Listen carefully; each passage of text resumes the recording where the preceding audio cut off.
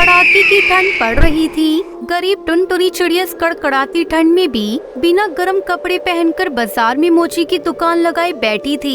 तभी एक ग्राहक आकर कहता है, राम राम, ऐसी कड़ाके की ठंड में बिना गर्म कपड़े पहनकर बैठी है। क्यों बहन, तुझे ठंड नहीं लगती है क्या? ठंड तो बहुत लगती है भाई, मगर गरीब ठंड की परवाह करेगा तो खाएगा क्या? जूता बूता ठीक कराना है तो बोलो। हाँ, हमारा जूता पॉलिश कर दो बहन।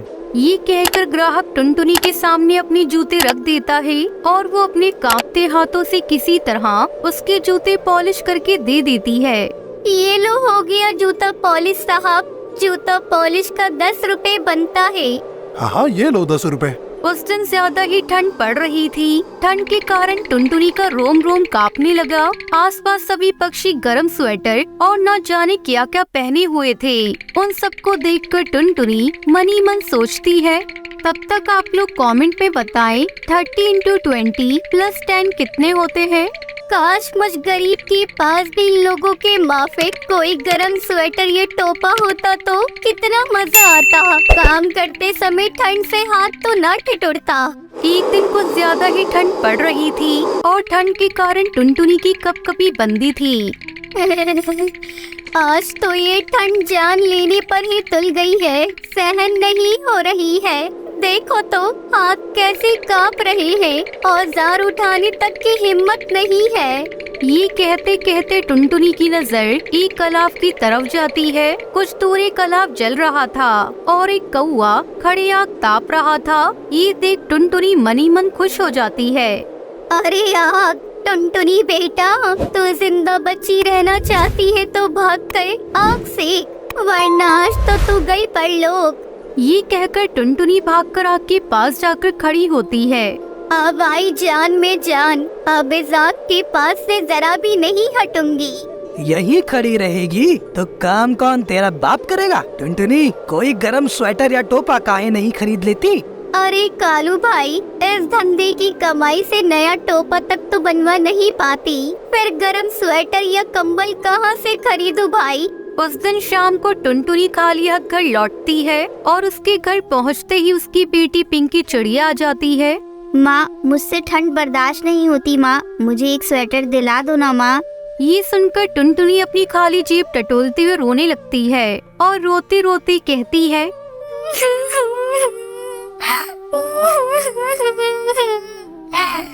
इस ठंड में काम पर जाऊँ तो जाऊँ कैसे?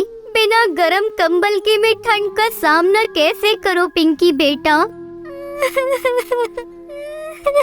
ये ठंड तो हम गरीबों पर कहर बन गई है। ना तन पर गरम कपड़ा और ना पेट में दाना। भगवान ऐसी गरीबी किसी को ना दे। पिंकी बेटा को यूँ दुखी और रोता देख टुनटुनी पिंकी को दिलासा देती हुई कहती है, अरे रो मत पिंकी बेटा, देखना कल से मैं ठंड की बिल्कुल परवाह नहीं करूंगी, खूब कमाई करके लाऊंगी। और तो सुन पिंकी, तुझे मैं बहुत जल्दी एक नया स्वेटर खरीद कर दूंगी।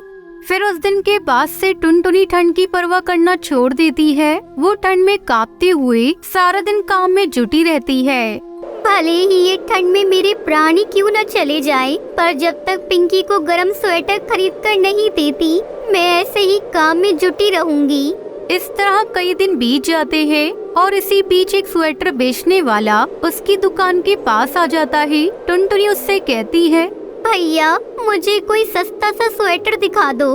बहन जी, कोई भी स्वेटर ले लो, सबका दाम तो 300 रुपए है। पर मेरे पास तो बस 50 रुपए ही है भाई। जैसे ही टुनटुनी ये कहती है, उसके कई पड़ोसी दुकानदार वहाँ आ जाते हैं और उसका मजाक उड़ाते हुए कहने लगते हैं, 50 रुपए में तो रुमाल तक तो आवे ना है। ये सियानी स्वेटर खरीदने चली है, इतनी ही कंगाल है तो हाथ में कटोरा लेकर भीख क्यों नहीं मांगती? स्वेटर पहनाने की औकात नहीं है तेरे खत्म की, समझी? इससे पहले कि उन पक्षियों की बातों का टुनटुनी को जवाब दे पाती, स्वेटर बेचने वाला बीच में आ जाता है। देखिए, किसी की गरीबी का ऐसे मजाक उड़ाना सही नहीं है। किसी का भाग्य बदलते देर नहीं लगती। हो सकता है कि कल यही कंगाल तुम लोग से अमीर बन जाए। स्वेटर बेचने वाले का ये करारा जवाब सुनकर उन सबको सांप सूंघ जाता है और वो वहाँ से चुपचाप खिसक जाते हैं और टुनटुनी रोने लगती है। टुनटुनी को रोता देखकर स्वेटर बेचने वाला कहता है, रो मत बहन, मेरे पास एक पुराना स्वेटर है, यदि तुम चाहो तो मैं उसे 50 रुपए में दे दूंगा। ठीक है, दे दो भाई। फिर शाम को टुनटुनी घर आती है तो जाड़े में उसकी कपकपी बंदी होती है। वो पिंकी को आवाज देते हुए कहती है, पिंकी जल्दी आओ पिंकी, देखो मुझे बहुत तेज सर्दी लग रही है, लगता है आज मैं नहीं बचूंगी। अरे आपको तो बहुत तेज बुखार है, आपको तो अस्पताल ले जाना पड़ेगा। पर उसके लिए पैसे कहाँ है पिंकी? जो कुछ थे उससे मैं तेरे लिए स्वेटर ले आई हूँ। माँ ठंड बहुत है, तो ये स्वेटर आप ही पहन लो। अच्छा ला दे, पहन लेती हूँ।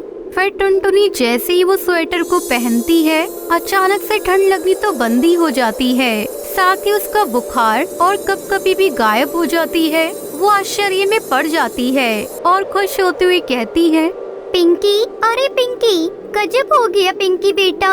अब क्या हुआ माँ? इस स्वेटर को पहनते ही ठंड का कहर और मेरा बुखार दोनों गायब हो गए। देखो मैं बिल्कुल ठीक हो गई। हाँ माँ, आप तो बिल्कुल ठीक हो गई। अब तो आपको बिल्कुल भी बुखार नहीं है। ये कैसा चमत्कार है माँ, जरूर ये स्वेटर जादुई स्वेटर है। यदि ये जादुई स्वेटर नहीं होता तो क्या ऐसा होता? भला हो ईश्वर का, उसने हम गरीबों पर मेहर दिखाई।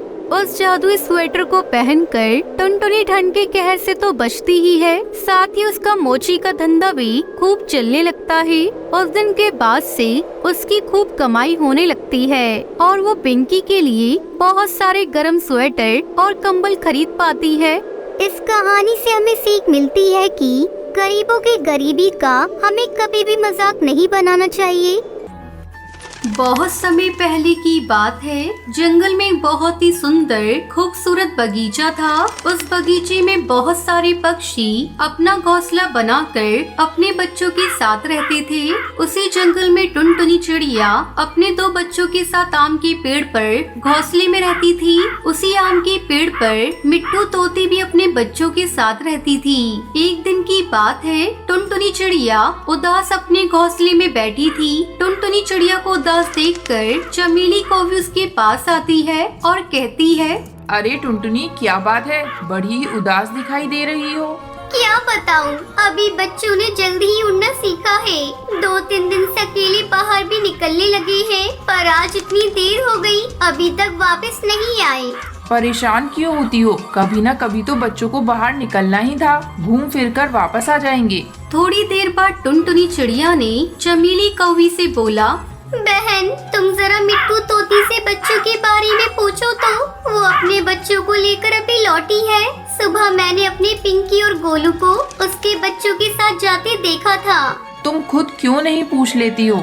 टुनटुनी उदास होकर बोली, तुम तो जानती हो वो मुझसे ठीक से बात भी नहीं करती। पता नहीं क्यों हर वक्त कटी कटी सी रहती है। हाँ, वो तो हम सबसे तुम्हारी बुराई करती फिरती है। उसे तुम्हारी मित्रता की बातें करना फूटी आँख नहीं भाता। कहती है तुम बेवकूफ हो, इसलिए सबकी मदद करती फिरती हो। छोड़ो, जाने दो, तुम बस मेरे बच्चे के बारे में उससे पूछ लो। चमेली कौवी ने नीचे झुककर तेज आवाज से मिट्टू तोती से बोली, अरे मिट्ठू, तुमने क्या टुनटुनी के बच्चों को कहीं देखा है? सुबह तुम्हारे बच्चों के साथ निकली थी, अभी तक लौटी नहीं। हाँ क्या? मैंने क्या सबके बच्चों का ठेका ले रखा है? ऐसा क्यों कहती हो बहन? मैंने तो टुनटुनी को परेशान देखकर तुमसे पूछ लिया। इतना कहते ही चमेली कौवी के कानों में माँ माँ की आवाज सुनाई पड़ी। उसने सामने देखा तो टुनटुनी के बच्चे आ गए थे। बच्चों को देखते ही टुनटुनी की उदासी छू मंतर हो गई। वो अपने दोनों बच्चों को डांटने लगी, मैंने तुम लोगों को जल्दी वापस आने को कहा था ना, इतनी देर क्यों लगा दी? माँ, वहाँ पर ढेर सारे दोस्त मिल गए थे, हम उन्हीं के साथ खेलने लग गए थे। पर माँ, हमने तो मिट्टू मौसी से कह दिया था कि तुम्हें बता दें कि हम देर से आएंगे। उनके बच्चे भी हमारे साथ खेल रहे थे। थोड़ी देर पहले वह अपने बच्चों को लेने आई थी। इतना सुनते ही टुनटुनी आश्चर्य से बोली, क्या? चमेली कौवी भी सब सुन रही थी। उसे बहुत गुस्सा आया। वो बोली, रुको टुनटुनी, मैं अभी मिट्ठू से पूछती हूँ। क्या फायदा बहन, फिर से कुछ उल्टा जवाब ही देगी। वैसे झगड़ा बढ़ाना कोई अच्छी बात भी नहीं है। मिट्टू तोते की हरकतों से उस पेड़ पर रहने वाले सभी पक्षी परेशान थे। सबसे ज्यादा तो वो टुनटुनी चिड़िया को ही परेशान कर रही थी। कुछ दिनों बाद की बात थी। मिट्टू शाम को घूम फिर कर जब अपने घोंसले में लौटी तो बाहरी चमेली कौवी दिखी। वो बेचैनी से इधर उधर टहल रही थी। मिट्टू तोती पर नजर पड़ते ही बोली, अरे अरे मिट्टू जल्दी चलो। मिट्टू चौंकते हुए बोली, कहाँ? चमेली कौवी घबराती हुई कहती है, तुम्हारे बच्चों को बिल्लू बिल्ला ने पकड़ लिया है। टुनटुनी तुम्हारे बच्चों को बचाने के लिए गई है, जल्दी चलो। इतना कहकर मिट्टू तोती तेजी से उड़ते हुए चल दी। पीछे पीछे चमेली कौवी भी उड़ते हुए उस तरफ चल दी। इधर टुनटुनी चिड़िया अपने बच्चों की बताई हुई जगह पर पहुंची। वहां उसने देखा कि एक बिल्लू बिल्ला मिट्टू के दोनों बच्चों को एक पिंजरे में डाल रहा था। ये देखते ही टुनटुनी चिड़िया अपने बच्चों से बोली, बेटा चलो, यही मौका है। हम सबको एक साथ इस बिल्लू बिल्ला के ऊपर पत्थर फेंकने होंगे। इससे वो घबराकर मिट्टू के बच्चों टिंकू पिंकू को छोड़ देगा, क्योंकि अगर एक बार उसने इन्हें पिंजरे में डाल दिया तो उन्हें छुड़ाना मुश्किल हो जाएगा। फिर जैसे ही बिल्लू बिल्ला उन्हें पिंजरे में डाल रहा था, उसी समय टुनटुनी और उसके बच्चों ने एक साथ उसके ऊपर नुकीले पत्थर ऊपर से फेंकने लगे। बिल्लू बिल्ला के हाथ से टिंकू पिंकू छूट गए। फिर टुनटुनी जोर से चीखी, चलो बच्चों भागो। इतना सुनकर सब तेजी से उड़ गए। अभी ये लोग थोड़ी दूर ही गए थे कि सामने से आते हुए मिट्टू तोती और चमेली कौवी मिल गई। मिट्टू ने बच्चों को गले से लगा लिया और मिट्टू तोती रोने लगी और कहने लगी, लेकिन ये सब कैसे हुआ? माँ, हमें टुनटुनी मौसी ने बचा लिया, नहीं तो वह बिल्लू बिल्ला हमें पकड़ कर ले जा रहा था। उसके बाद टुनटुनी आगे की सारी कहानी सबको बताती है। उसकी बातें सुनकर मिट्टू की आंखों से पश्चाताप के आंसू गिरने लगी। वो हाथ जोड़कर टुनटुनी से बोली, टुनटुनी मुझे माफ कर दे बहन, मैंने हमेशा ही तुम्हें गलत समझा। तुम्हें हमेशा भला बुरा कहती रही। तुम्हारे बच्चों को फूटी आँख देखना पसंद नहीं किया, फिर भी तुमने मेरे बच्चों की जान बचाई। ऐसा ना कहो, मेरी जगह कोई भी होता तो वो ऐसा ही करता। हर कोई ऐसा नहीं होता, मैं भी ऐसा नहीं करती। अब मैं समझ गई कि सब तुम्हारी प्रशंसा क्यों करते हैं। तुम दोनों यही बातें करती रहोगी या घर भी चलोगी? सब पक्षी अपने घोंसले में वापस आ गई। अब मिट्टू पहले से बिल्कुल बदल चुकी थी। वो टुनटुनी के बच्चों के साथ साथ उस डाल पर रहने वाले सभी पक्षियों के बच्चों से प्यार करती थी। सारे पक्षी अब टुनटुनी की तरह मिट्टू की भी प्रशंसा करते थे। तो दोस्तों, इस कहानी से हमें शिक्षा मिलती है कि हमें हमेशा मिलजुल कर ही रहना चाहिए और दूसरों की भलाई करते रहना चाहिए।